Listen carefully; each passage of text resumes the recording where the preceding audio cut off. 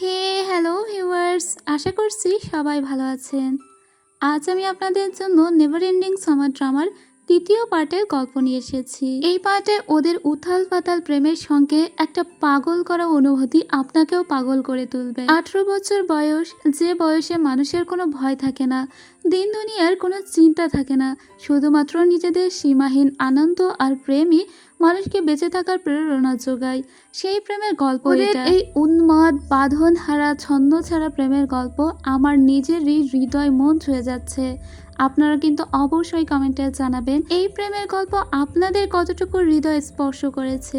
তো চলুন গল্পে যাওয়া যাক। গত পর্বের শেষে আমরা দেখেছিলাম ওয়েনের একটা উইশ ছিল, আর সেটা হলো ও ছোটবেলা থেকে চাইতো যাতে ওর একটা বাইসাইকেল থাকুক, কিন্তু এই উইশটা ওর কখনোই পূরণ হয়নি। এই মুহূর্তে যখন লুসাও ওকে একটা উইশ করতে বলে, ও বলে যদি আমার একটা বাইসাইকেল থাকতো। আর এরপরে সিন কাট হয়। আমরা দেখি লুসাও সেদিন অনেক লুকিয়ে লুকিয়ে বাড়ি থেকে মাঝরাতে বের হয়ে যাচ্ছিল। ও খুব আস্তে আস্তে হেঁটে যাচ্ছিল যাতে ওয়েনের ঘুম না ভাঙে, কারণ ওয়েন তখনও ঘুমিয়েছিল। রাত 2টা বেজে গিয়েছে। লুসাও একটা দোকানের সামনে আসে।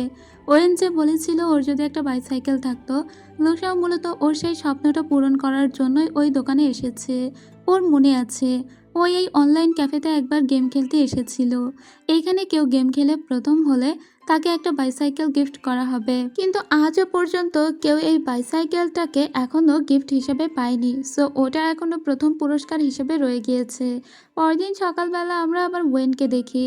ও যখন বাড়ি থেকে বের হয়ে যাচ্ছিল তখন দেখা যায় লুসাও ঘুমাচ্ছে।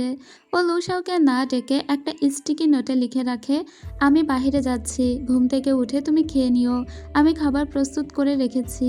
এটা বলে ওর ঘুমটা না ভাঙিয়ে টেবিলের উপরে স্টিকি নোটটা স্টিক করে দিয়ে চলে যায়। এদিকে ও যখন ওই দোকানে আসে, কারণ এই দোকানে আবার ওয়েন কাজ করত, এসে দেখে দোকানের অবস্থা তো সেই হিজিবিজি। আসলে এখানে সারা রাত ধরে লুসাও গেম খেলেছে এবং এখানকার যে প্রথম পুরস্কার ছিল বাইসাইকেল, সেটাকেও ও জিতে নিয়েছে। ওয়েনের বুঝতে আর বাকি থাকে না লুসাও এটা ওর জন্যই করেছে। সেজন্য দ্রুত করে ও নিজের বাড়ির দরজার সামনে গিয়ে দেখে যে হ্যাঁ, সত্যি সত্যি ওর জন্য একটা সাইকেল রাখা এখানে, আর একটা ছোট্ট চিরকুট রাখা। ওই চিরকুটে লেখা ছিল যে ওর স্বপ্নটা ম্যাজিকের মতো পূরণ করে দিল লুসাও। ওই এরপরে লুসাওকে একটা কল দেয়। লুসাও তখনও ঘুমাচ্ছিল। লুসাও ওর কলটা রিসিভ করার পরে ওয়েন বলি, তার মানে কালকে রাতে চুপি চুপি আমার জন্য এই সাইকেলটা নেওয়ার জন্য তুমি গেম খেলতে গিয়েছিলে। লুসাও বলে আসলে গত রাত্রে আমি যখন বেরিয়েছি তখন সব দোকানই বন্ধ, আমার কাছে এটা ছাড়া আর কোনো পথ ছিল না। আর তুমি আমার জন্য স্টিকি নোটে কী লিখে রেখে গিয়েছো, আমি কাজে যাচ্ছি আর তুমি উঠে খেয়ে নিও। মানে এটা লুসাওয়ের ভীষণ ভালো লাগে। ছোট্ট এই চিরকুটটাই ওর কাছে অনেক বিশাল কিছু মনে হচ্ছিল। ফোন রাখার পরে ও চিরকুটের একটা ছবি নিজের ফোনে তুলে রাখে। এদিকে আমরা লুয়োকে দেখতে পাই। লুয়ো যে ক্লাবের হয়ে কাজ করতো সেখানে ওর যে লিডার ছিল সেই লিডার বলে, জওয়েন অনেকবারই আমাকে নাকি টাকা দিয়েছে, অথচ সেই টাকা একটি পয়সাও তুমি আমার কাছে দাওনি। লুয়ো তুমি কি এখানে কাজ করতে চাও নাকি কাজ করতে চাও না? এটা বলে ওর চাকরিটা এখান থেকে নট করে দেয়। লুয়োর এই চাকরি ছাড়া আর কোনো কিছুই ছিল না। লুয়ো ওর লিডারের কাছে অনেক হাত পা ধরাধরি করলেও কোনো কাজ হয় না। ওই লোক জানিয়ে দিয়েছে স্পষ্ট যে এখানে ধোঁকাবাজের কোনো কাজ নেই। এদিকে আমরা ওয়েনকে দেখতে পাই। ওয়েন এখন তার নিজের বাড়িতেই আছে। লুসাও তখন ওয়েনকে একটা কল দিয়ে বলে কি করছো। ওয়েন আসলে সারাদিন কাজ করার কোনো কিছু খুঁজে পাচ্ছে না বলে শুয়ে আছে। লুসাও বসে বসে ছবি আঁকছিল। ওয়েন বলে যে তুমি এখন কেন ফোন দিয়েছো। লুসাও বলে কারণ আমি তোমার সঙ্গে সবসময় থাকতে চেয়েছি এজন্য। কিন্তু ফোনে কথা বলতে বলতেই ওয়েন ঘুমিয়ে যায়। আর লুসাও যখন বুঝতে পারে ওয়েন ঘুমিয়ে গিয়েছে, লুসাও ওখানে একদম সাউন্ড করে না আর ফোনটাও কাটে না। ও এত পা টিপে টিপে হাঁটছিল যেন সাউন্ড হয়ে ওয়েনের ঘুম না ভেঙে যায়। কিন্তু বেচারা কি একটু মিউট করে রাখতে পারতো না? তাহলে তো আর ওয়েন কোনো সাউন্ড পেত না। এমনকি ও সকালবেলা একটা দোকানে খেতে এসেছিল, দোকানে কেউ কানে কানে বলছিল যে ও কি খেতে চায়, যাতে শব্দে ওয়েনের ঘুম ভেঙে না যায়। মানে ছোটবেলায় নিব্বা নিব্বির প্রেম যেমন হয় অনেকটাই ওরকম। আসলে ওদের বয়স এখনো 18 বছর তো, আর ওরা তো এখনো পর্যন্ত টিনেজ, আর সেজন্যই ফোনটা এভাবেই রেখে দিয়েছিল লুসাও। ইভেন ও পাওয়ার ব্যাংক ক্যারি করে বেড়াচ্ছিল যাতে চার্জ ফুরিয়ে না যায়।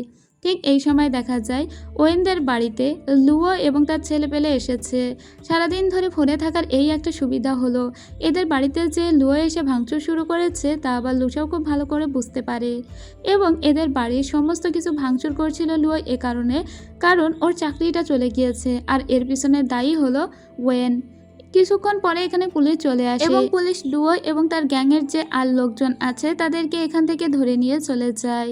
আর ওদেরকেও এখন যেতে হবে পুলিশ স্টেশনে। ইয়ান তখন ওদের দুজনকে বলে, তোমরা পুলিশ স্টেশনে যাও আর বাড়ির ব্যাপারটা আমি দেখছি, আমি সব গোছগাছ করে রাখবো। এরপরে ওরা দুজন পুলিশ স্টেশনে চলে আসে। কাহিনী কোথা থেকে কি হয়েছিল সেসব সমস্তই সাক্ষ্য দিয়ে তারপরে বাহিরে বের হওয়ার পরে সেই লিডারের সঙ্গে আবার দেখা হয়। এরপরে ওয়েন আসে সেই লিডারের কাছে আর বলে, আমার দাদি আপনার কাছ থেকে টাকা নিয়েছিল, সুদ সমেত 1,70,000 টাকা আপনি পাবেন। এই কার্ডে 1,20,000 টাকা আছে, বাকিটা আমি পরে দিয়ে দিব।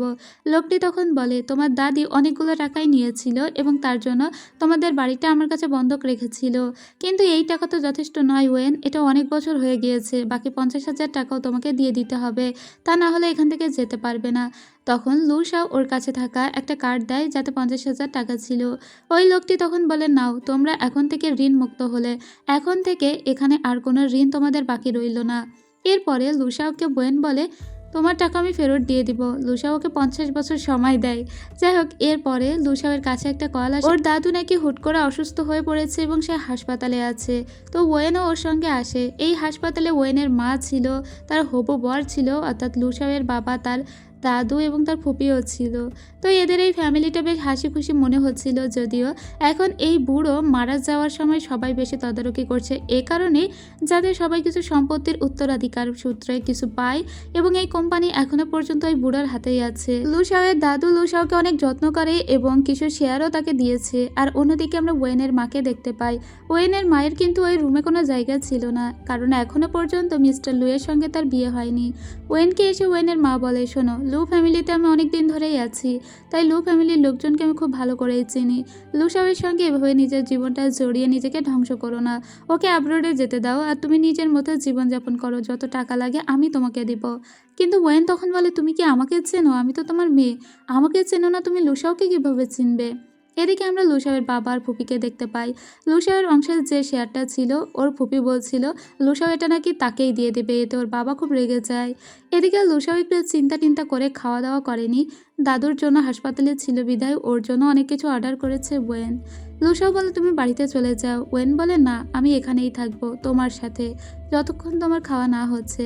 এইসব জিনিস লুসাওয়ের খুব ভালো লাগে। লুসাও বলে, আগামীকালকে তোমার মায়ের এবং আমার বাবার বিয়ে, কিন্তু ওই বিয়েতে আমি থাকবো না। যদি বিয়েতে থাকি তাহলে সবাই ভাববে বাবার বিয়েতে আমি অনেক হ্যাপি, তাছাড়া আমার যে শেয়ার অংশ আছে সেটা হয়তো আমি বাবাকেই দিব, সেজন্য বিয়েতে আমি থাকবো না, আমার দাদুও থাকবে না, আমিও থাকবো না। তুমি কি থাকবে? ওয়েন তো থাকবে না। যাই হোক, এরপরে ওয়েন বাড়িতে আসে, ওর ইয়ানের সঙ্গে দেখা হয়। ইয়ান তখন বলে, তোমার বাড়ির সমস্ত কিছু আমি গুছিয়ে দিয়েছি, হয়তো লুসাওয়ের মতো করে আমি তোমাকে হেল্প করতে পারি না, কিন্তু যতক্ষণ আমি তোমার সাথে আছি ততক্ষণ আমি আমার সবটা দিয়ে তোমাকে হেল্প করার চেষ্টা করব। আসলে আজকে যখন লুয়ো এসে ধরেছিল ওয়েনকে, তখন কিন্তু লুসাও এসে বাঁচিয়েছে, ইয়ান বাঁচাতে পারেনি বিধায় ওর একটু আপসেট লাগছে। এরপরে ইয়ান যাওয়ার আগে বলে যায়, ওয়েন, যখন কখনো তোমার কোনো কিছু প্রয়োজন হবে তুমি অবশ্যই কিন্তু আমাকে জানাবে। পরের দিন আমরা আবার ওয়েনকে দেখি ও হাসপাতালে এসেছিল লুসাওয়ের সঙ্গে দেখা করতে। এখানে আসার পরে ও ডক্টর চেনের সঙ্গে একবার দেখা করতে যেতে চায়। তখনই ও তিনজন ডক্টরের কথোপকথন শুনতে পারে, যেখানে একজন ডাক্তার বলছিল মিস্টার লুয়ের সঙ্গে নাকি ওয়েনের মায়ের বিয়ে হবে। আসলে এরা ওয়েনকে খুব ভালোভাবে চেনে, কারণ ওয়েন দাদিকে নিয়ে দীর্ঘদিন এই হাসপাতালে ছিল। এরপরে একজন ডক্টর বলে, ওয়েনের মা, সে কিন্তু জানতো তার স্বামীকে বাঁচানো সম্ভব, তার সত্ত্বেও তার স্বামীকে শেষ পর্যন্ত সে চিকিৎসা করায়নি। মনে হয় অনেক টাকার প্রয়োজন ছিল তাই হয়তো করায়নি, কিন্তু তার স্বামীর ক্যান্সার কিন্তু ভালো হওয়ার একটা পথ ছিল। ওয়েন এই কথাগুলো শুনে তো একদম স্তব্ধ হয়ে যায়। ডক্টরের সামনে গিয়ে বলে, কি বললেন আপনি? আমার বাবাকে বাঁচানো যেত, কিন্তু আমার মা চেষ্টাই করেনি, সে আমার বাবাকে ওভাবে মরতে দিয়েছে। ডক্টর তখন বলে, দেখো ওয়েন, তুমি কতটুকু শুনেছো জানি না, কিন্তু তোমার বাবার ক্যান্সার হয়েছিল আর সেটা যথেষ্ট খারাপ পর্যায়ে ছিল, এর বেশি কিছু আমরা তোমাকে বলতে পারবো না। ওয়েন বলে, আমার মা চিকিৎসা করায়নি তাই তো? ডক্টর বলে, এটা বলে এখন লাভ নেই, এটা অনেক দিন আগের ঘটনা। ওর মনে পড়ে ওর বাবা সেই ছোটবেলায় যখন ওকে ছেড়ে চলে গিয়েছে, ওর মায়ের ভিতরে ও কোনো অনুশোচনা দেখেনি বা ওর মায়ের কোনো দুঃখ ও দেখেনি। আজকে ও বুঝতে পারে যে ওর মা ইচ্ছে করে ওর বাবাকে মরতে দিয়েছিল। এদিকে আমরা আবার লুসাওকে দেখি ওর দাদুর ডিসচার্জ হয়ে গিয়েছিল, সেজন্য ওর দাদুকে ও গাড়ি পর্যন্ত তুলে দিতে এসেছিল। এরপরে যখন ওয়েনের সঙ্গে দেখা করতে যাবে, ডক্টর চেন বলে ওয়েন একটু আগে এখান থেকে চলে গিয়েছে এবং ওর বাবার বিষয়টাও বলে। লুসাও বুঝতে পারে যে ওয়েন এই মুহূর্তে কোথায় যেতে পারে, কারণ ওয়েনের বাবার মৃত্যুর জন্য ওর মা দায়ী। এরপরে আমরা সেই বিয়ের অনুষ্ঠান দেখতে পাই, যেখানে লুসাওয়ের বাবার আর ওয়েনের মায়ের বিয়ে হওয়ার কথা ছিল। বিয়েটা কিন্তু এখনো সম্পন্ন হয়ে যায়নি, তার ভিতরেই এখানে ওয়েন চলে এসেছে। ওয়েনকে সবাই আটকানোর চেষ্টা করে, কিন্তু ওয়েন তারপরেও কোনো বাধা না মেনে সোজা মায়ের সামনে এসে দাঁড়িয়ে বলে, তুমি এখানে বিয়ে করছো, অথচ আমার বাবা নাকি বাঁচত, আর তুমি আমার বাবাকে বাঁচানোর চেষ্টা পর্যন্ত করনি। তোমার কাছে টাকা ছিল না এটা বলো না, কারণ বাবা যথেষ্ট টাকা রেখে গিয়েছিল, তাও তুমি বাবাকে বাঁচানোর চেষ্টা করনি। ওর মা তখন বলতে থাকে, কোথা থেকে কী সব শুনে এসে কি হাবিজাবি বকছো। ও তখন ওর মাকে বলে, আমার দাদিমা মারা যাওয়ার আগেও তুমি তার সঙ্গে দেখা করতে হাসপাতালে গিয়েছিলে, তুমি গিয়ে তাকে কী বলেছিলে, কেন সে হুট করে বাড়ি থেকে বের হয়ে গেল, আর কেনই বা সে হাসপাতালে চিকিৎসা নিতে চাইল না। তখন অনেকগুলো লোক ওকে ধরে, আর ঠিক সেই সময় লুসাও আসে আর বলে, তোমাদের সাহস কি করে হয়, কেউ ওকে টাচ করবে না। এটা বলে সোজা ওর বাবার সামনে এসে দাঁড়ায়, কিন্তু ওর বাবাকে আজকে কোনো তোয়াক্কা করে না, কারোর কথাই শোনে না, আর সোজা ওয়েনের কাছে গিয়ে সবার ভিতর থেকে ওয়েনকে ছাড়িয়ে নিয়ে ওখান থেকে চলে আসে। পরিবেশটা একদম থমথমে হয়ে যায়, সবাই বুঝতে পারে যে শিয়ানলিংয়ের মেয়েই হলো ওয়েন।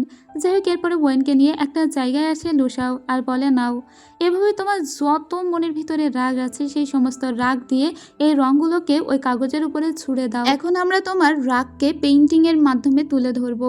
এরপরে ওয়েনের যত রাগ হচ্ছিল সমস্ত রঙগুলো ও কাগজের উপরে জোরে জোরে ছুঁড়ে দিতে থাকে, আর এভাবে ওর রাগটাও কমতে থাকে। এদিকে ওয়েনের মাকে দেখতে পাই, বিয়েটা সম্পন্ন হয়নি। এই অবস্থায় ওয়েনের মাকে অন্য কোথাও একটা পাঠিয়ে দেওয়ার কথা বলেছে আবার লুসাওয়ের বাবা। যাই হোক, এদিকে লুসাও ওয়েনকে পিছন থেকে জড়িয়ে ধরে বলে, ওয়েন, তোমার কাঁদতে মন চাইলে তুমি কাঁদতে পারো, কিন্তু আমি সবসময় তোমার সাথে আছি। অন্যদিকে আমরা ইয়ানের মাকে দেখতে পাই। ইয়ানের মা জানতে পেরেছে লুসাওয়ের বাবা আবারও বিয়ে করছে, তো স্বাভাবিকভাবে তার একটু খারাপ লাগবে, কারণ সেও তো একসময় ভালোবেসেছিল মিস্টার লুকে। তাছাড়া ইয়ান কিন্তু তারই ছেলে। এই বয়সে এসে আবারও মিস্টার লু বিয়ে করছে, এটা কিন্তু ওনার সহ্য হবে না স্বাভাবিক। এদিকে আমরা ওয়েনকে দেখি রাত্রেবেলা হুট করে ওর ঘুম ভেঙে যায়, কিন্তু কোথাও দেখতে পাই না লুসাওকে। বাইরে এসে দেখতে পাই লুসাও আসলে ওর জন্য কিছু ফুল নিয়ে আসতে গিয়েছিল, কিন্তু ও খুব চিন্তিত হয়ে যায়। লুসাও বলে, তুমি কি খুব ভয় পেয়েছিলে যে আমি হয়তো কোথাও হারিয়ে গিয়েছি? ওয়েন বলে, তুমি আমার সামনে থেকে কোথাও যাবে না। লুসাও বলে, আমি তো তোমার মন ভালো করার জন্য কিছু ফুল নিয়ে এসেছি। ওয়েন তখন বলে, এই ফুলগুলোকে যদি আমরা মাটিতে পুঁতে দেই তাহলে ফুলগুলো কি তাও ঝরে যাবে? লুসাও বলে, এই ফুলগুলো ঝরে গেলে আমি তোমাকে আবার ফুল কিনে দেবো। ওয়েন বলে, না না, আবার ফুল কেনা আর এই ফুলগুলোকে বাঁচিয়ে রাখা দুটো আলাদা বিষয়। তাছাড়া তোমার বাড়ির এই জায়গাটা অনেক ফাঁকা, আমি এখানে কিছু গাছ রোপণ করতে চাই। যাই হোক, এরপরে ওদের সময়টা এভাবে কাটতে থাকে। এরপরে ওয়েন একদিন একটা নার্সারিতে যায়, সেখানে গিয়ে ও অনেকগুলো ফুল, কিছু অর্কিড, কিছু ক্যাকটাস, তাছাড়া কিছু এমনি ফুলের গাছ সংগ্রহ করে নিয়ে আসে। তারপরে সেগুলো লুসাওয়ের মায়ের যে বাড়িটা আছে সেই বাড়ির সামনের বাগানে রোপণ করে দেয়, সম্পূর্ণ নিজের হাতে রোপণ করে। এখানে এখন লুসাও ছিল না, ও গিয়েছিল ও দাদুর বাড়িতে দাদুর সঙ্গে কথা বলতে। এবার ওয়েন সমস্ত গাছগুলো লাগিয়ে অনেকটাই ক্লান্ত হয়ে বসে পড়ে, আর লুসাওকে একটা টেক্সট করে বলে, তুমি কখন ফিরবে? লুসাও তখন সাথে সাথে ওকে একটা টেক্সট করে বলে, আমি এক্ষুনি ফিরে আসছি। ওয়েন তখন বলে, এত তাড়াহুড়ার কিছু নেই, আমি আছি তো, তুমি ফিরে এলে আমাকে একটা নক দিও, আমি তোমার জন্য ওয়েট করব। এরপরে সিন কাট হয়, আমরা লুসাওয়ের বাবাকে দেখতে পাই, সে তার বাবার বাড়িতে এসেছিল। অর্থাৎ লুসাও যে এখানে তার দাদুর সাথে কথা বলছিল এটা কিন্তু লুসাওয়ের বাবা জানতো না। তবে এখানে আসার পরে সে জানতে পারে লুসাও ওর দাদুকে বলছে ও বিদেশে যাবে না। এরপরে লুসাওয়ের বাবা লুসাওকে বলে, তুমি তো বলেছিলে বিদেশে যাবে, এখন আবার কেন যাবে না? লুসাও বলে, যাব না বলেছি, যাব না, তাছাড়া আমি আমার শেয়ারের অংশও কাউকে দিব না, আর দিলেও সেটা ফুপিকে দিব। এইসব বিষয় থেকে আমি দূরে থাকতে চাই। ওর বাবা বলে, আজকে তুমি আমার সঙ্গে চলো, আজকে একটা বিশেষ মিটিং আছে, এটা বলে জোর করে ওকে ধরে নিয়ে আসে, কারণ ওয়েনের ভয় দেখিয়েছিল। এছাড়া এখন এখানে আবদ্ধ করেই এক প্রকার রাখা হচ্ছে লুসাওকে। লুসাওয়ের কাছ থেকে ফোনটাও কেড়ে নেয় ওর বাবা। লুসাও দিতে না চাইলে ওর বাবা ওয়েনের ভয় দেখায় আর বলে, ওয়েন কিন্তু এখন একা, তো তুমি আমাকে বাধ্য করো না ওর কোনো ক্ষতি করতে। যাতে ওর বাবা ওর কোনো ক্ষতি করতে না পারে, তাই লুসাও এখানে চুপচাপ বাবার কথা শুনে নেয়। এভাবে বহুবারই ওকে কিন্তু আটক করে রেখেছে ওর বাবা, বিভিন্ন রিজন দেখিয়ে। আজকে ওয়েনকে দেখিয়ে ও নিজের বাড়িতে চলে এসেছিল। লুসাওকে বারবার কল দেয়, কারণ লুসাও সেই যে গিয়েছে, ওকে আর কোনো টেক্সট দেয়নি।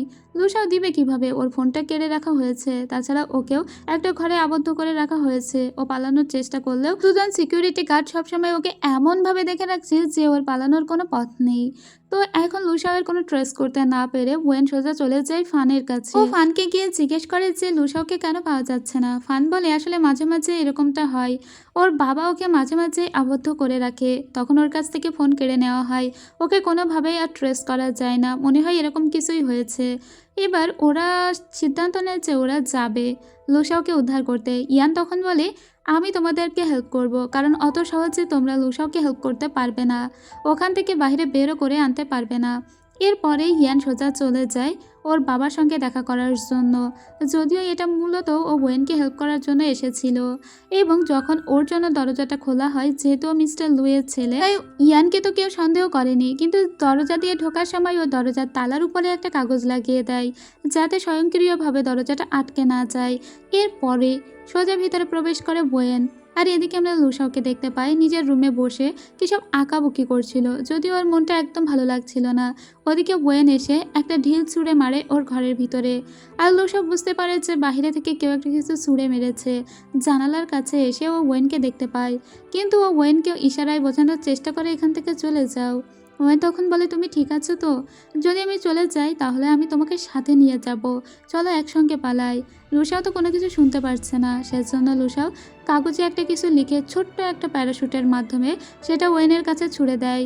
ওয়েন ওটাকে ধরে আর ওর ভিতরে একটা ছোট্ট চিরকুট দেখতে পায়। ওয়েন চিরকুটটা খুলে দেখে লুসাও ওতে লিখে রেখেছে, আমি তোমাকে কথা দিয়েছিলাম ফিরে আসবো, কিন্তু আমি আমার প্রমিস রাখতে পারিনি, তুমি আমাকে মাফ করে দিও, কিন্তু এই জায়গাটা ডেঞ্জারাস, তুমি চলে যাও।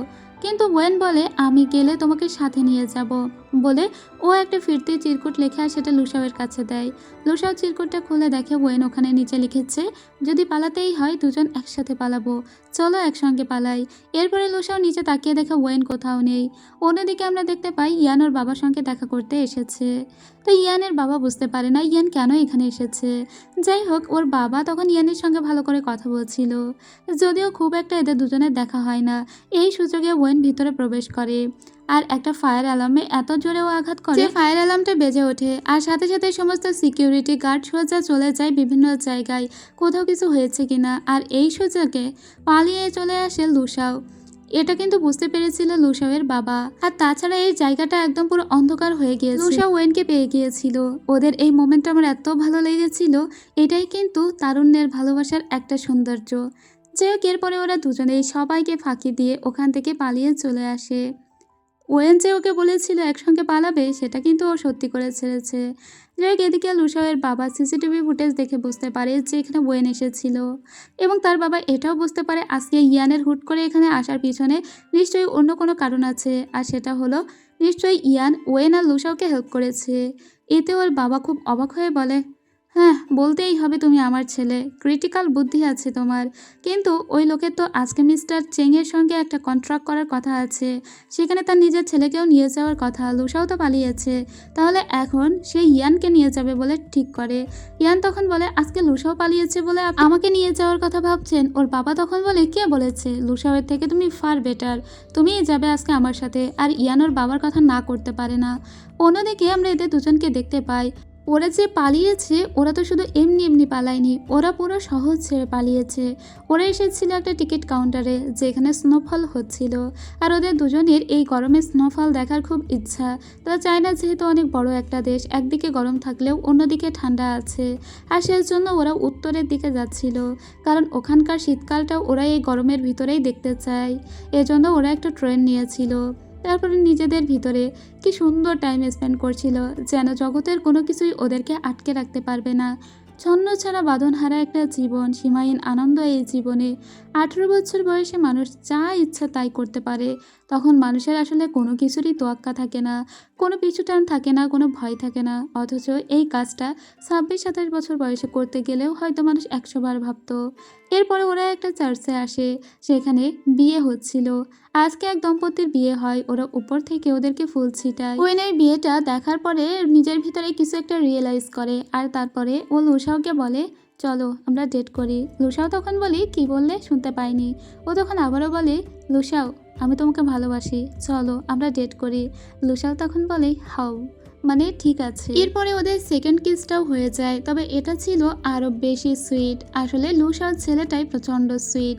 এরপরে আমরা দেখতে পাই যে লুসাও এবং ওয়েন ওরা দুজনেও বিয়ে করছে, যেখানে মন্ত্র পড়ে ওদের বিয়েটা সম্পন্ন করা হয়। যদিও এটা একটা স্বপ্ন ছিল ওদের, কারণ ওদের দুজনের বয়সই মাত্র 18 বছর এখনো। লুসাওয়ের তো এখনো বিয়ের বয়স সার্টিফিকেটে হয়নি। যাই হোক, এদিকে বাড়ির দৃশ্য দেখতে পাই, যেখানে মিস্টার চেংয়ের সঙ্গে মিটিংয়ে ইয়ানকেই নিয়ে এসেছিল লুসাওয়ের বাবা। তবে ইয়ানের কোনো কোট ছিল না, তাই ওকে একটা লুসাওয়ের কোট পরিয়ে দেওয়া হয়েছিল। যাই হোক, আজকে ইয়ানের প্রতি খুব খুশিই হয়েছে ওর বাবা।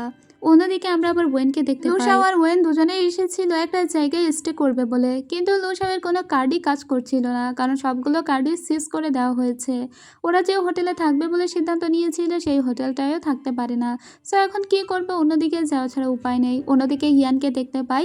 ইয়ান যখন বাবার সঙ্গে মিটিং শেষ করে বাড়িতে আসে, তখন দেখা যায় মাথায় হাত দিয়ে বসে পড়েছে। ইভেন ওর সমস্ত কিছু বিরক্ত লাগছে। ওর মা এখানকার বাড়িটা বিক্রি করে দিয়ে বেইজিংয়ে যেতে চাইছে, কিন্তু ওর মায়ের কোনো কথাও ওর সহ্য হচ্ছে না। ঘরের ভিতরে গিয়ে ও সব কিছু ভাঙচুর শুরু করে দিয়েছে। আসলে ওর তো কোনো কোট ছিল না, আর ওর জন্য লুসাওয়ের একটা কোট নিয়ে আসা হয়েছিল, আর এটা ওকে অনেক অপমানিত করেছে। কেন একই বাবার দুই ছেলে হওয়ার পরেও ওকে এতটা অপমান করা হবে? ও তো মিস্টার লুয়ের ছেলে, তাহলে ওর জীবনটা এমন কেন? সবাই কেন ওকে অবৈধ সন্তান বলে? আর সেজন্যই ও রাগ হচ্ছিল। অন্যদিকে লুসাও, যার সমস্ত কিছু থাকা সত্ত্বেও সব ছেড়ে ও পালিয়েছে শুধুমাত্র একটি মেয়েকে ভালোবেসে। আর এটা হলো যার যার চয়েস। কে কোন লাইফ লিড করবে এটা সম্পূর্ণ তার উপরেই ডিপেন্ড করছে। যাই হোক, এখন ওরা আরও উত্তরের দিকে যাবে। ওদের কাছে বেশ কিছু টাকা আছে, সেটা দিয়ে আরও কয়েকদিন চলবে। কিন্তু ওরা এসেছিল একটা ভাঙাড়ি শপে, যেখানে লুসাও বলে আমি যদি এখানকার কোনো একটা বাইক ঠিক করতে পারি, সেটা কিন্তু আপনি আমাদের কাছে কম টাকায় বিক্রি করবেন।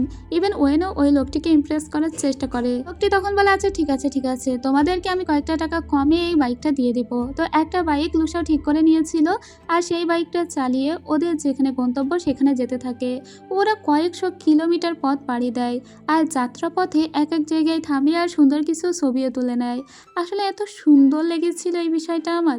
এরপরে ওরা একটা প্রত্যন্ত গ্রামে আসে, সেখানে একটা বাড়িও পেয়ে যায়। এখানে কাজের বিনিময়ে ওরা থাকতে পারবে। এখানে একটা ছোট পাপিকেও ওরা নেয়, যে পাপিটাকে ওরা অনেক পছন্দ করে, আর এর নাম ওরা রাখে শাওলু। তো এভাবেই যেন সুন্দর একটা জীবন ওদের শুরু হয়। তো এখন আগে যে লুসাও গরম পানিটাও পর্যন্ত করতে পারতো না, সে এখন ভালোভাবে রান্নাও শিখে গিয়েছে। তাছাড়া ইনস্ট্যান্ট নুডলসও বানাতে পারে। তো নুডলস খেতে খেতে লুসাও বলে আমি তোমার সঙ্গে প্রতিটা সামার এভাবেই একসঙ্গে কাটাতে চাই। তখন ওয়েন বলে না। লুসাও বলে কেন?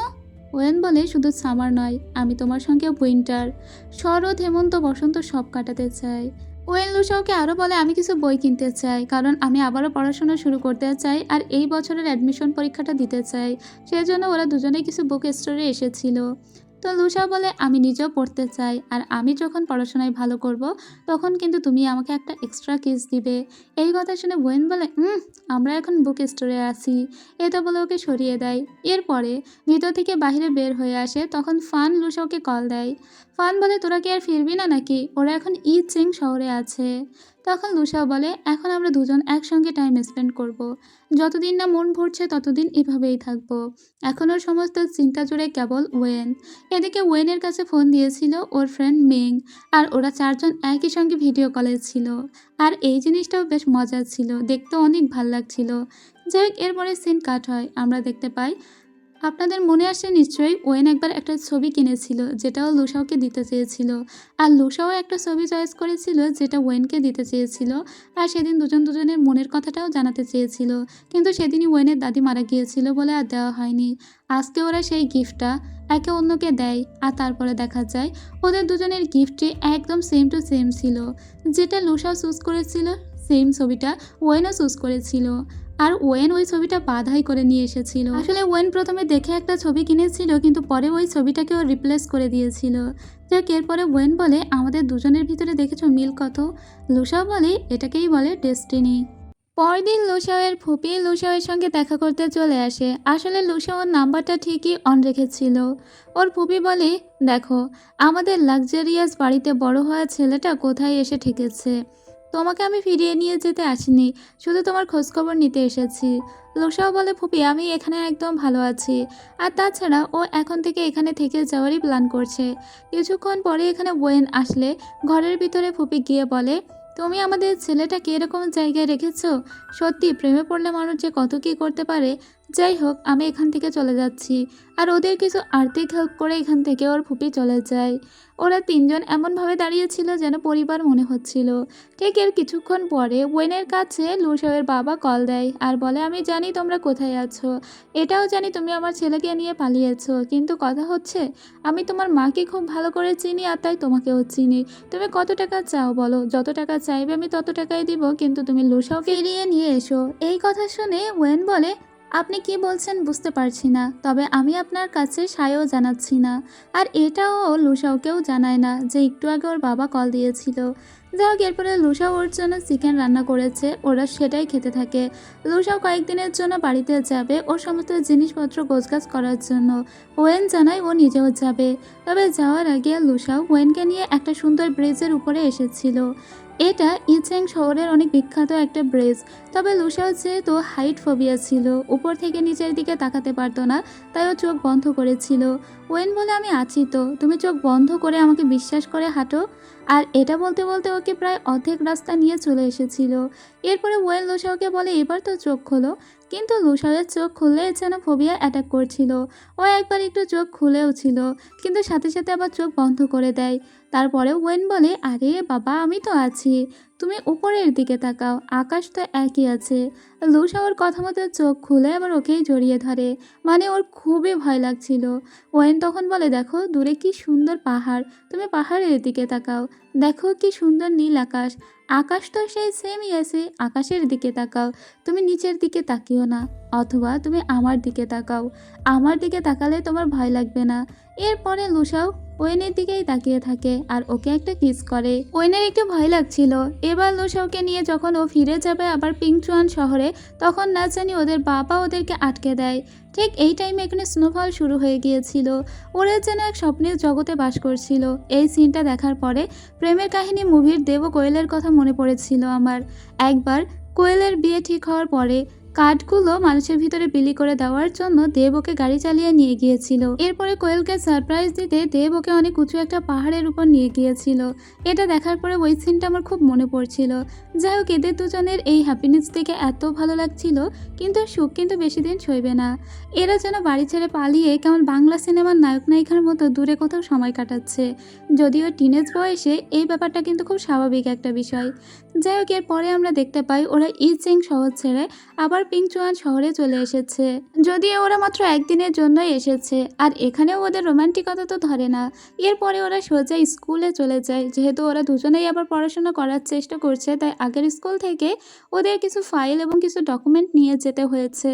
তো স্কুল থেকে ফাইল নিয়ে যখন ওরা বের হচ্ছিল, তখন লুসা ওয়েনকে একটু টাচ করতে চায়, মানে ওর হাত ধরতে গেলে ওয়েন তখন বলে কি করছো, আমরা এখন স্কুলে আছি। তখন লুসা ওর হাত আরও বেশি জোরে ধরে আর ওকে এখান থেকে নিয়ে দৌড়াতে দৌড়াতে যেতে থাকে। আসলে লুসাও যেমন বাঁধনহারা একটা ছেলে, ওয়েনও কিন্তু ঠিক ওরকমটাই ভিতর থেকে।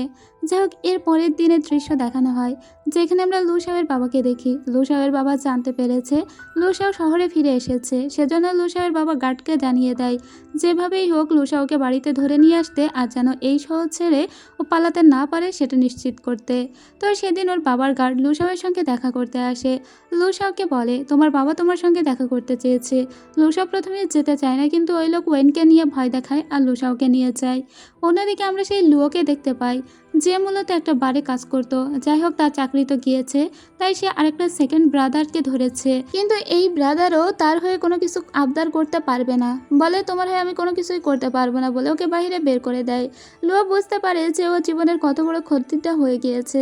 ঠিক ওই পথ দিয়েই তখন লুসাও যাচ্ছিল। ও লুসাওকে দেখে বলে, আরে গাড়ি থামা, গাড়ি থামা। কিন্তু লুসাও তো গাড়ি না থামিয়ে চলে যায়। অন্যদিকে আমরা আবার ওয়েনের মাকে দেখতে পাই। ওয়েনের মা সেই যে বিয়ের দিন অন্য একটা শহরে চলে গিয়েছিল আর আজকে ফিরে এসেছে, কিন্তু তাকে বাড়ির ভিতরে ঢুকতে দেওয়া হয় না, কারণ মিস্টার লুয়ের সঙ্গে ওর বিয়েটাই হয়নি, কোনো ম্যারেজ সার্টিফিকেট নেই, তাই তাকে বাড়ি থেকে বের করে দিতে বলেছে মিস্টার লু। এখন ওয়েনের মায়ের কপালটা পড়ল। যাই হোক, এই মহিলা খুব রেগে রেগে বাইরে এসে দাঁড়িয়ে থাকে। অন্যদিকে আবার আমরা লুসাওকে দেখতে পাই। ওর বাবা বলে, তোমার ভাগের শেয়ার তুমি আমাকে দিয়ে দাও। ও তখন বলে, আমার ভাগের শেয়ার আমি আমার ফুপিকে দেবো, তোমাকে দিব না। ওর বাবা তখন বলে, তুমি যদি আমাকে দাও তাহলে তুমি যেটা বলবে সেটা করব আমি। তুমি যদি বিদেশে না পড়তে চাও, এখানে থাকতে চাও, সেটাতেও আমি রাজি। লুসাও তখন বলে, তুমি কোনোভাবেই আমাকে আর পটাতে পারবে না, আর তাছাড়া আমি আর তোমার কথা শুনছি না। আমি আমার দাদুর সঙ্গে সমস্ত কথা বলে নিয়েছি, তাই দয়া করে তুমি আমাকে আর ডিস্টার্ব করবে না। তাছাড়া ওর মায়ের কথা তুলেও ওর বাবাকে খানিকটা ব্লেম দিয়ে এখান থেকে চলে যায়, যদিও ওর বাবা ওর উপর নজর রাখতে বলে। যাই হোক, ও যখন বাইরে আসে তখন ওয়েনের মায়ের সঙ্গে ওর দেখা হয়। ওয়েনের মা তখন ওকে বলে, তুমি কি একটু তোমার বাবার সঙ্গে কথা বলে আমাকে কথা বলিয়ে দিতে পারবে? লুসাও তখন বলে, ও আচ্ছা, এজন্য বাড়িটা তো শান্ত নীরব মনে হচ্ছিল, কারণ আপনাকে তো বের করে দিয়েছে। যাই হোক, আমি আমার বাবার সঙ্গে কথা বলে আপনাকে কথা বলিয়ে দিতে পারবো না। ওয়েনের মা তখন বলে, তুমি কিন্তু ওয়েনকে চেনো না, তুমি ওর ভিতরে কি এমন পেয়েছো? তখন লুসাও বলে, আপনি নিজেই তো নিজের মেয়েকে চেনেন না। ওয়েনের মা বলে, আমি যদি ভালো না থাকি তাহলে লু ফ্যামিলির কাউকেই আমি ভালো রাখতে দেব না, ভালো থাকতে দেব না। তখন লুসাও বলে, তাতে আমার কি হয়েছে? লু ফ্যামিলির কারোর প্রতি এমনিতেই আমার কোনো কনসার্ন নেই, আপনার যা মন চায় আপনি তাই করুন, বলে ও ওখান থেকে চলে আসে। ওয়েনের মা একদম ভেবাচাকা খেয়ে যায়। এদিকে ওয়েন ওর সমস্ত জিনিসগুলো গোছাচ্ছিল। লুসাও বলে দ্রুত করে সমস্ত প্যাক আপ করে নিতে, কারণ ওরা আজকে রাত্রেই চলে যাবে। ওর ভয় করছে ওর বাবা ওদেরকে আটকাবে। তখন ওয়েন বলে, আসলে তোমার বাবা আমাকে ফোন দিয়েছিল যখন আমি ইচেং শহরে ছিলাম তখনই, এজন্য আমি এত ভয় পাচ্ছিলাম যে তুমি একা এলে তোমাকে আটকে দেয় কিনা, এজন্য তোমার সাথে এসেছি। লুসাও তখন বলে, আমরা আজকে রাত্রেই যাব। ওয়েন তখন বলে, কিন্তু আজকে রাত্রে কোনো টিকিট তো আমাদের কাটা নেই, বরং আমি 2টা টিকিট কেটেছি, আগামীকাল সকালে আমরা একসঙ্গে চলে যেতে পারবো। লুসাও বলে, এবার আমরা ইচেং শহরে একবার গেলে আর কখনোই এখানে ফিরে আসবো না, তাই আমাদের যা কিছু দরকার তার সমস্ত কিছু আমরা নিয়ে নিব। এটা বলে দুজনে এবার গোছগাছ করতে লাগে। অন্যদিকে আমরা ইয়ানকে দেখতে পাই। সে নিজের বাবার সঙ্গে দেখা করতে এসেছিল।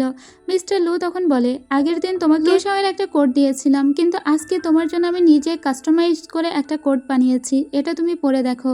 এরপরে ওর ড্রেসিং রুমে চলে আসে, কিন্তু ওর ড্রেসিং রুমে চলে যাওয়ার পরেই এখানে লুসাওয়ের দাদু আসে আর তার ছেলের সঙ্গে চিল্লাপাল্লা করতে শুরু করে আর বলে, ইয়ানকে নিয়ে কেন এত নাচানাচি করছো বুঝতে পারছি না। ইয়ান তোমার অবৈধ সন্তান আর লুসাও হলো তোমার বৈধ সন্তান। এই ফ্যামিলির যা কিছু তা সবই লুসাওয়ের, আর আমি সমস্তই লুসাওকেই দিব। এখানে লুসাওয়ের বাবা বলে, আপনি ওয়েনকে কেন অবৈধ বলছেন? ওয়েন তো আমারই ছেলে, তাছাড়া ও অনেক বাধ্য, ও লুসাওয়ের মতো অবাধ্য নয়। ওর দাদু তখন বলে, এসব আমাকে বুঝিয়ে লাভ নেই। তখন ওর বাবা মানে লুসাওয়ের বাবা তার বাবাকে কিছু ভুংভাং বুঝিয়ে এখান থেকে পাঠিয়ে দেয়। এরপরে ইয়ানের সঙ্গে দেখা করতে রুমের ভিতরে যায়। ইয়ান এই সমস্ত কথাগুলোই শুনেছে। ওর বাবা তখন বলে, দেখেছো তো, তোমাকে কোনো কিছুই দিতে চাইছে না, তাই নিজের অধিকারটা নিজে আদায় করে নেওয়ার চেষ্টা করো, আর এখন থেকে আমার কথা শুনে চলো। আমার কথা শুনে চললে তুমি যা চাইবে তুমি তাই পাবে। যদিও ইয়ান কিন্তু মারাত্মক অপমানিত হয়েছিল এসবে, এটা কিন্তু ওর বাবা আবার বুঝতে পারছে না। ইয়ান তখন চরম হতাশ হয়ে বাড়িতে ফিরে আসে। বাড়িতে আসার পরেই ওর দেখা হয়ে যায় ওয়েনের সঙ্গে। ও ওয়েনকে বলে, তুমি ফিরে এসেছো? ওয়েন বলে, হ্যাঁ, কিন্তু আমি আবার আগামীকাল চলে যাব। ইয়ান তখন বলে, তুমি আবার চলে যাবে? ওয়েন বলে, হ্যাঁ, কারণ আমি তো এসেছি চলে যাবার জন্য। ইয়ান তখন ওকে একটু আটকায় আর বলে, তুমি কি এবার থেকে যেতে পারো না? ওয়েন বলে, না, আমি তো লুসাওকে কথা দিয়েছি। ইয়ান ওর হাতটা চেপে ধরে। ওয়েন তখন বলে, এটা তুমি কি করছো? আমি সবসময় তোমাকে নিজের বন্ধুর মতো মনে করেছি। কিন্তু ইয়ান আসলে ওয়েনকে বন্ধুর মতো মনে করে না। ইয়ান আসলে ওয়েনকে মনে মনে ভালোবাসে, কিন্তু এটা যখন ওয়েন বুঝতে পারে, ওয়েন বলে, সরি ইয়ান, আমি আসলে লুসাওকে ভালোবাসি। যাই হোক, এরপরে ইয়ান মনটা খারাপ করে এখান থেকে চলে যায়। বাড়িতে আসার পরে ওর মায়ের সঙ্গে গ্যাঞ্জাম শুরু হয়ে যায়। ওর মা বেইজিংয়ে চলে যেতে চায় আর এই বাড়িটা বিক্রি করে, এইসব নিয়েই মূলত ওর ঝামেলা হয়। আর বাড়ি থেকে ও সোজা একটা বারে এসে বসে অনেক ওয়াইন পান করতে থাকে। আর ঠিক এর পাশেই এসে লুয়ো এবং তার ছেলে পেলে বসেছিল। তো লুয়ো এখানে দেখতে পায় ইয়ানকে। ইয়ান যে এই স্কুলের টপ স্টুডেন্ট ছিল সেটা সবাই জানে, এলাকার মানুষজন পর্যন্ত জানে। লুয়ো তখন বলে, বলে, আরে টপ স্টুডেন্টেরও দেখছি মন খারাপ হয়, সেও দেখছি ওয়াইন পান করে, তো কি হয়েছে, তোমার পাখি কি অন্য কারোর সঙ্গে উড়ে গিয়েছে? হ্যাঁ, আমি তো তাই শুনেছি যে ওয়েন নাকি লুসাওয়ের সঙ্গে পালিয়ে গিয়েছে, তাই মনে হয় সেই বিরহে আমাদের টপ স্টুডেন্ট এখানে বসে ওয়াইন পান করছে। আর এইসব শুনে ইয়ানের মাথা আরও খারাপ হয়ে যায়। ইয়ান তখন চিৎকার করে বলে ওঠে, কে বলেছে ওয়েন পালিয়েছে? ওয়েন ফিরে এসেছে, আমি নিজে ওয়েনকে দেখেছি, ওয়েন ফিরে এসেছে। এই কথা শুনে লুও বলে, কি ওয়েন ফিরে এসেছে? পরদিন আমরা আবার ওয়েন তার সমস্ত লাগেজ গুছিয়ে নিয়েছিল এবং ও যাচ্ছিল মূলত এয়ারপোর্টের উদ্দেশ্যে। আর ঠিক ওই টাইমেই একটা গাড়ি এসে ওর সামনে দাঁড়ায়, আর এটা ছিল লুও ও তার ছেলেপেলের গাড়ি। তো ওরা ওয়েনকে এখান থেকে কিডন্যাপ করে নিয়ে যায়, ওকে একটা জায়গায় নিয়ে যাওয়া হয়, ওয়েনকে অজ্ঞান করে রাখা হয়। আসলে ওয়েন ছাড়াছাড়ি করার অনেক চেষ্টা করলেও পারে না। এরপরে লুও বলে, তোর জন্য আমার জীবনটা পুরো শেষ হয়ে গিয়েছে, এখন তোর ডার্লিংকে একটা কল দেই আর তারপরে দেখি সে কত টাকা নিয়ে তোকে বাঁচাতে আসে, এই দে তো ওর ফোনটা দে। এরপরে লুও কল দেয় লুসাওয়ের নাম্বারে, আর এদিকে লুসাওকে দেখতে পায় লুসাও তার সুটকেস গুছিয়ে কেবল বাড়ি থেকে বের হয়েছিল। ও দেখছে যে কলটা এসেছে আসলে ওয়েনের নাম্বার থেকে, তাই ও হাসি মুখেই ফোনটা রিসিভ করে। এদিকে ওয়েন মুখটা বন্ধ রেখেছিল, ও কোনো কথাই বলছিল না। লুও তখন বলে, আরে বড় ভাই, তোমার গার্লফ্রেন্ডকে তো আমরা বন্দি করে রেখেছি, যদি ওকে বাঁচাতে চাও তাহলে যে ঠিকানা দিচ্ছি ওখানে এক্ষুনি চলে এসো, যদি পুলিশে খবর দেওয়ার চেষ্টা করো তাহলে কিন্তু ওকে বাঁচাতে পারবে না। এদিকে ওয়েন কিন্তু একটাও কথা বলছিল না, ওয়েন এখানে আছে কিনা এটা তো আর লুসাও জানে না। এরপরে লুও বলে, কি ব্যাপার, তুমি কেন কোনো কথা বলছো না, কথা বলো, তাকে নিশ্চিত করো যে তুমি আমাদের জিম্মায় আছো। কিন্তু তাও ওয়েন কোনো কথা বলে না। ওরা তখন ওয়েনকে বারবার মারতে থাকে। লুসা বুঝতে পারে যে ওয়েন এখানে আছে। ওয়েন একবার আহ করে ওঠে, আর তাতে লুসা বলে, ওকে টাচ করলে তোদেরকে আমি শেষ করে দেব, একদম মেরে ফেলবো, বলে ছুটে ও চলে আসে। যদিও এরা ওয়েনকে অনেক মেরেছিল। এরপরে লুসাও এখানে চলে আসে। লুসাওকে দেখা মাত্র ওয়েন বলে, তুমি কেন এখানে এলে? না লুসাও, তুমি চলে যাও। কিন্তু ওয়েনের গলায় ওরা ছুরি ধরেছিল। লুসাও এই মুহূর্তে কি করবে, এতগুলো ছেলেপেলের হাতে ওর ভালোবাসার মানুষটা বন্দী, ও কিচ্ছু করতে পারছে না। লুও তখন বলে, আমি চাই আমার সামনে লুসাও মাথা নত করবে, ও হাঁটু গেড়ে বসবে। তখন বারবার ওয়েন বলে, না লুসাও, তুমি কখনোই এটা করবে না। কিন্তু লুসাও নিজের ভালোবাসার মানুষকে ওভাবে থাকতে দেখে হাঁটু গেড়ে বসে, আর তারপরে ওকে ওরা ভিডিও করতে থাকে। লুও বলে, এই ভিডিও এখন আমরা কোথায় ছাড়বো, এই ভিডিওতে অনেক ভিউজ হবে, তাছাড়া সবাই জানবে যে লুসাও, দ্য গ্রেট লুসাও, তার ভালোবাসার মানুষের জন্য ঠিক কী করছে। এদিকে ওয়েন নিজের বাঁধনটা খোলার অনেক চেষ্টা করে, আর অন্যদিকে ওরা লুসাওকে নিয়ে অনেক মজা উড়াতে থাকে। লুসাও বলে, তোরা যা করার আমার সাথে কর, কিন্তু ওয়েনকে একবারও টাচ করবি না। এদিকে ওয়েন নিজেকে খুলেই ফেলেছিল, আর তারপরে ইচ্ছে করে ও পড়ে যাওয়ার নাটক করে। ওর পিছনে একটা অনেক বড় ইট ছিল, ইটটা তুলেই ও এক বাড়ি দেয় লুয়োর মাথায়, কিন্তু এতে বেচারা লুয়োর কিছুই হয় না। লুয়ো আসলে এবার ওয়েনকে মারতে গিয়ে ছুরিটা জ্বালিয়ে দিয়েছিল লুসাওয়ের বুকে, কারণ ওয়েনকে যখন মারতে গিয়েছিল তখন মাঝখানে লুসাও চলে এসেছিল। ওয়েন মূলত একটা চেয়ার তুলেছিল লুয়োকে মারবে বলে, কিন্তু মাঝখানে লুসাওয়ের এই অবস্থা দেখে ওয়েন পুরো পাগল হয়ে যায়। এখান থেকে বাকি ছেলেরা পালিয়ে যায়, আর ওখানে লুসাও পড়ে যায়। লুসাও এত বড় একটা মানুষ, ওয়েন ওকে টেনে নিয়ে যাবেও বা কোথায়, ও একদম পাগল পাড়া হয়ে প্রচুর কাঁদতে থাকে। আর এই সিনটা এত হৃদয় বিদারক ছিল, মানে ড্রামাতে দেখলে আপনারাও কাঁদবেন। তাছাড়া এই শুটিং করতে গিয়ে নায়িকা এমন কান্নাকাটি করেছিল যে শেষ হয়ে যাওয়ার পরেও ওর কান্না থামছিল না, তখন ওকে নায়ক নিজে জড়িয়ে ধরে থামিয়েছিল। যাক, এরপরে দেখতে পাই যে পুলিশ চলে এসেছিল এবং ওকে হসপিটালাইজড করা হয়। এদিকে তো লুসাওয়ের দাদু, ফুপি, বাবা সবাই চলে এসেছে। আর ওয়েনের বারবার মনে পড়ছে ওকে বাঁচাতে গিয়ে লুসাও কিভাবে নিজে অসুস্থ হয়ে পড়লো। এদিকে লুসাওয়ের দাদু এবার ওয়েনকে নিয়ে বসেছে। লুসাওয়ের দাদু ওয়েনকে বলে, আমি জানি তুমি লুসাওয়ের কাছে অনেক স্পেশাল, লুসাও তোমাকে অনেক ভালোবাসে। লুসাও ছোটবেলা থেকে এরকম ছিল না, মা হারানোর পর থেকে ও এরকম বেয়ারা হয়ে গিয়েছে, তারপরেও ও খুব ভালো একটা ছেলে। আমি চাই না ওর জীবনটা এভাবে নষ্ট হয়ে যাক। যেখান থেকে তুমি ওর জীবনে এসেছো, একটার পর একটা ঝামেলায় ও জড়িয়ে পড়েছে। তাছাড়া ও যখন তোমাকে নিয়ে পালিয়ে গিয়েছিল তখনও আমি ভেবেছিলাম ও ওর চয়েসেই গিয়েছে, কিন্তু এখন যখন ওর জীবন বিপন্ন হতে পড়েছে তখন আমি তোমার কাছে কোনো ডিল নয়, বরং একটা রিকোয়েস্ট করতে চাই, তুমি লুসাওয়ের জীবন থেকে সরে যাও, কারণ তুমি যতদিন ওর জীবনে থাকবে ততদিন ওর সঙ্গে খারাপ হতে থাকবে। এই সব কথা শুনে ওয়েন তখন বলে, আপনি আমাকে মাফ করবেন, আমি আসলে স্বার্থপরের মতো কাজ করেছি, আমি আগে পিছনে কিছু ভাবিনি, আমি কথা দিচ্ছি আমি লুসাওকে ছেড়ে চলে যাব। এরপরে ও বাড়িতে আসে, লুসাওয়ের জন্য একটা চিকেন স্যুপ রান্না করে। এরপরে সেই স্যুপটা নিয়ে ও হাসপাতালেও আসে, কিন্তু ওকে ভিতরে ঢুকতে দেওয়ার কোনো পারমিশন ছিল না। লুসাওকে যে ন্যানি দেখাশোনা করছিল সে বলছিল, ওয়েন আমি জানি তুমি ভিতরে যাওয়ার জন্য আকুল, কিন্তু আমাকে স্পষ্ট করে করে বলে দেওয়া আছে যাতে তোমাকে ভিতরে যেতে না দেই। তুমি স্যুপটা আমার কাছে দাও, আমি ওটা ভিতরে নিয়ে যাচ্ছি। ওয়েন তখন বলে ঠিক আছে, লুসাইয়ের যতক্ষণ না জ্ঞান ফিরে আসছে আমি এখানেই বসে থাকবো। ওর কোনো কিছু দরকার হলে আপনি আমাকে জানাবেন, আমি সমস্ত কিছু করে দিব। আমার ভিতরে প্রবেশ করার দরকার নেই। এরপরে ও বাহিরেই বসে থাকে। ওদিকে লুসাইয়ের তখনও পর্যন্ত অক্সিজেন চলছিল। ও ডাক্তারদের কাছ থেকে নার্সদের কাছ থেকে শুনছিল ওর অবস্থা। তাছাড়া লুসাইয়ের কখন কি প্রয়োজন তার জন্য ডক্টর ডাকা ওই করছিল। অনেক রাত্রিবেলা লুসাইয়ের প্রায় জ্ঞান ফিরে এসেছিল। তখন ন্যানি এসে বলে তুমি ভিতরে প্রবেশ করতে পারো, এখন এখানে কেউ নেই। তাই ও ভিতরে প্রবেশ করে। এসে দেখে লুসাইয়ের এখনও পর্যন্ত চৈতন্য ফিরে আসেনি। ও লুসাওকে বলে আমি কখনোই ভাবিনি আমার জন্য তোমার এই অবস্থা হবে। যদি জানতাম তাহলে কখনোই আমি ফিরে আসতাম না, আমরা ওখানেই থেকে যেতাম। এটা বলে ও ঘুমিয়ে পড়ে। লুসাওয়ের জ্ঞান ফিরে আসে। ও ওয়েনের মাথার উপরে হাত বোলায়, কিন্তু কয়েকবার হাত বোলানোর পরেও ওয়েনের ঘুম ভাঙে না। কিছুক্ষণ পরে ওয়েনের যখন ঘুম ভাঙে ও আগে করে ওর মাস্কটা সরিয়ে ফেলে। এরপরে লুসাও বলে তুমি তো গভীর ঘুমিয়েছিলে, আমি তোমাকে ডিস্টার্ব করলাম। ওয়েন বলে তোমার জন্য আমি কত চিন্তা করেছি তুমি জানো, এখন কি তুমি সুস্থ আছো? লুসাও তখন বলে আমার খিদা পেয়েছে। ওয়েন তখন বলে আমি তোমার জন্য চিকেন স্যুপ বানিয়ে এনেছিলাম, কিন্তু এটা তো অনেক ঠান্ডা হয়ে গিয়েছে, আমি নতুন করে কোনো কিছু কিনে আনবো? লুসাও তখন বলেন না, তার কোনো দরকার নেই, তুমি যে স্যুপটা বানিয়েছো আমি ওটাই খাবো, তোমার হাতের রান্না আমি মিস করছি। এরপরে কি আর করা যাবে, ওয়েন এবার ওটাকেই বের করে। আর ওই স্যুপটা ওকে যেই খাইয়ে দিতে যাবে ঠিক তখনই দরজা দিয়ে প্রবেশ করে ওর দাদু আর ফুপি। ওয়েন তো ভয় পেয়ে এখান থেকে চলেই যাচ্ছিল। লুসাও তখন ওর হাতটা চেপে ধরে। ওর দাদু বলে তোমাকে না বলেছি ভিতরে প্রবেশ না করতে। লুসাও তখন বলে আমি চাই ওয়েন এখানে থাকুক। ওর দাদু তখন বলে তোমাকে দেখার জন্য ন্যানি তো আছে। তখন ওর ফুপি বলে এখন আমাদের ভাইপো অসুস্থ, তাকে দেখার জন্য যদি 100 জনও দরকার হয় তাহলে সেই 100 জন এখানে থাকবে, বাবা আপনি আর অমত করবেন না। এরপরে লুসাও বলে দাদু আমার যদি এখানে এখন 1000 জনও প্রয়োজন হয়, আমি জানি তুমি 1000 জনকেই থাকতে দিবে, তো এখন শুধু একটু থাকতে দাও না ওয়েনকে। ওর ফুপি তখন ওর দাদুকে বলে হ্যাঁ বাবা, আজকে তো ওয়েনের জন্যই লুসাওয়ের এই অবস্থা হয়েছে, তাই এখন থেকে ওয়েনই লুসাওয়ের সমস্ত দেখাশোনা করবে বলে ওর বাবাকে এখান থেকে নিয়ে যায়। লুসাও তো ওর ফুপির ওপর অনেক খুশি হয়েছিল। যাই হোক, এরপরে ওর দাদুর সঙ্গে আলাদা করে আবার ওয়েন দেখা করতে আসে। ওর দাদু বলে তোমাকে না বলেছিলাম ওর লাইফ থেকে চলে যেতে। তখন ওয়েন বলে আমি সেটা ভুলে যাইনি, সবই মনে আছে, কিন্তু প্লিজ অন্তত যে কয়দিন লুসাও সুস্থ না হচ্ছে, ওকে হাসপাতাল থেকে ছেড়ে দেওয়া না হচ্ছে, ততদিন ওর পাশে আমাকে থাকতে দিন। আর ও বারবার মাথা নত করে। ওর দাদু তখন বলে ঠিক আছে।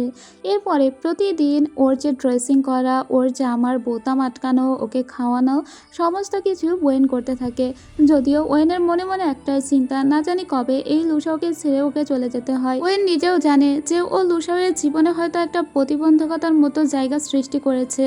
ও তখন সেদিন থালাবাটি মাজতে মাজতে বসে বসে ভাবে যে আমি জানি না আর কতদিন লুসাওয়ের পাশে থাকতে পারবো।